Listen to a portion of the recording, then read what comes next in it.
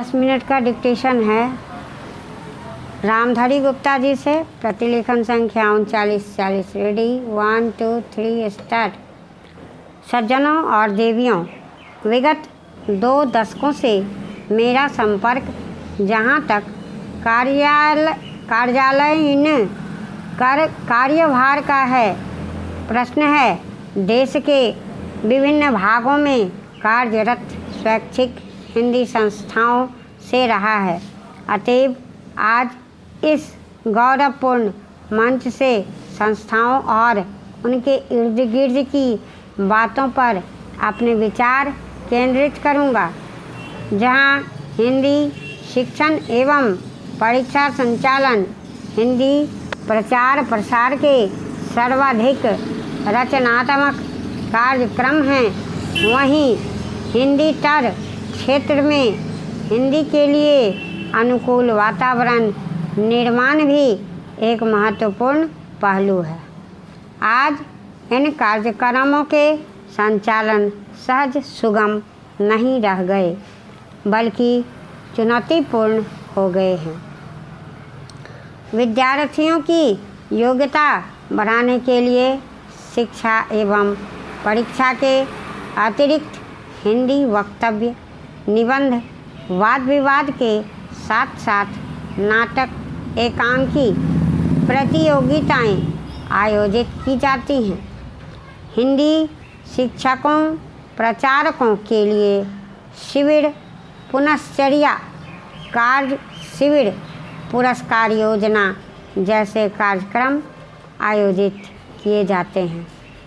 अनुकूल वातावरण निर्माण के लिए जहां इन कार्यक्रमों को अधिक प्रभावी और परिणामी बनाने की आवश्यकता है, वहीं अन्य प्रभावी कार्यक्रमों की परिकल्पना करनी होगी।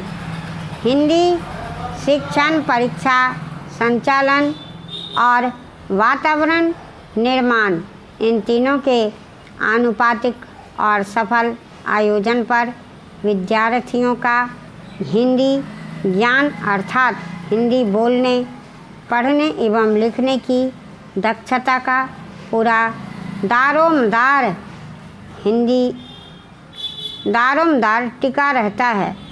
आज जबकि बहुतेरे विद्यार्थी शिक्षक बनने की राह में प्रशिक्षण प्राप्त कर रहे हैं, तो हिंदी शिक्षक की योग्यता एवं दक्षता ऐसे ध्यान देने का विषय है, जो राज्य के इतने सारे हिंदी सीखने वाले विद्यार्थियों के स्तर के लिए निर्णायक पहलू है।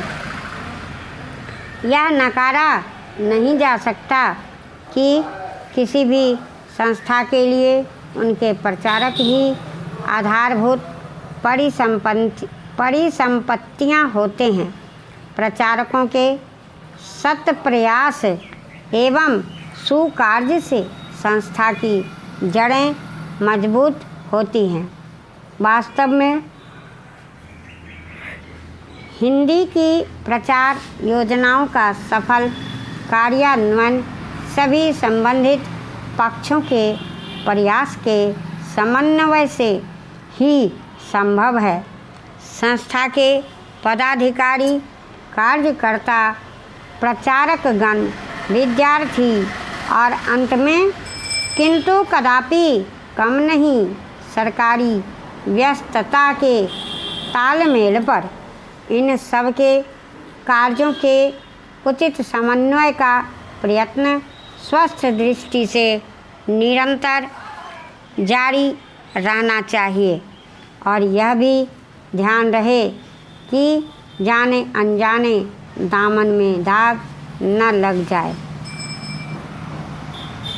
भारत ग्रामों का देश है और अधिकांश भारतीय जनता ग्रामों में बसती है। नगरों और शहरों के नागरिकों को शिक्षा की कई सुविधाएं प्राप्त हैं। यूँ उन्हें हिंदी पढ़ने के यथेष्ट अवसर उपलब्ध हो जाते हैं। अब आवश्यकता इस बात की है कि ग्रामवासियों को भी हिंदी सीखने के अधिक अवसर प्रदान किए जाएं। हिंदी राष्ट्रीय अस्मिता, राष्ट्रीय पहचान, राष्ट्रीय गौरव की भाषा है। यह राष्ट्रभाषा, राजभाषा घोषित तो हो चुकी है, किंतु अब तक इसे अपना उचित स्थान प्राप्त नहीं हुआ है। इसके लिए जब तक शासन और जनता दोनों ओर से समवेत प्रयास नहीं होगा, लक्ष्य की प्राप्ति नहीं हो सकेगी। राष्ट्रभाषा से ही किसी राष्ट्र की भावात्मक एकता, राष्ट्रीय एकता की प्राप्ति की जा सकती है। अपने देश की भाषा को छोड़ किसी अन्य विदेशी भाषा से इसकी प्राप्ति कदापि नहीं की जा सकती। महोदय, कुछ लोग आज यह कहते देखे गए हैं कि राष्ट्रीय एकता अंग्रेजी के माध्यम से हो सकती है। कई लोगों की धारणा है कि अंग्रेजी निकाल दी जाए तो राष्ट्र टुकड़े टुकड़े हो जाएगा, वैज्ञानिक प्रगति रुक जाएगी आदि। इससे बढ़कर भ्रामक विचार और कुछ भी नहीं हो सकता। मैं अंग्रेजी की उपादेयता को नकार नहीं रहा, किंतु हर जगह उसका वर्चस्व हो यह स्वीकार्य नहीं हो सकता। किसी देश की भाषा के साथ उस देश की संस्कृति, विचारधारा और मान्यताएं जुड़ी रहती हैं और उन्हें प्रकट करने के लिए उस देश की भाषा ही सर्वसक्षम होती है। स्वतंत्रता के पूर्व राष्ट्रीय गौरव आम जनता को दृष्टि में रखकर किया जाता था। राष्ट्रीय एकता का अर्थ है करोड़ों भारतीयों की एकता, और यह एकता हिंदी से ही लाई जा सकती है, अंग्रेजी से नहीं। अंग्रेजी को बनाए रखने की नीति मानसिक दासता की द्योतक है। यदि हिंदी और भारतीय भाषाओं के विरुद्ध अंग्रेजी षड्यंत्र को विफल नहीं किया गया तो जनतंत्र एक मखौल बनकर रह जाएगा। हिंदी और भारतीय भाषाएं तो सहोदराएं हैं, उनमें आपसी कोई विरोध नहीं। उनका विरोध और संघर्ष तो अंग्रेजी के साथ है।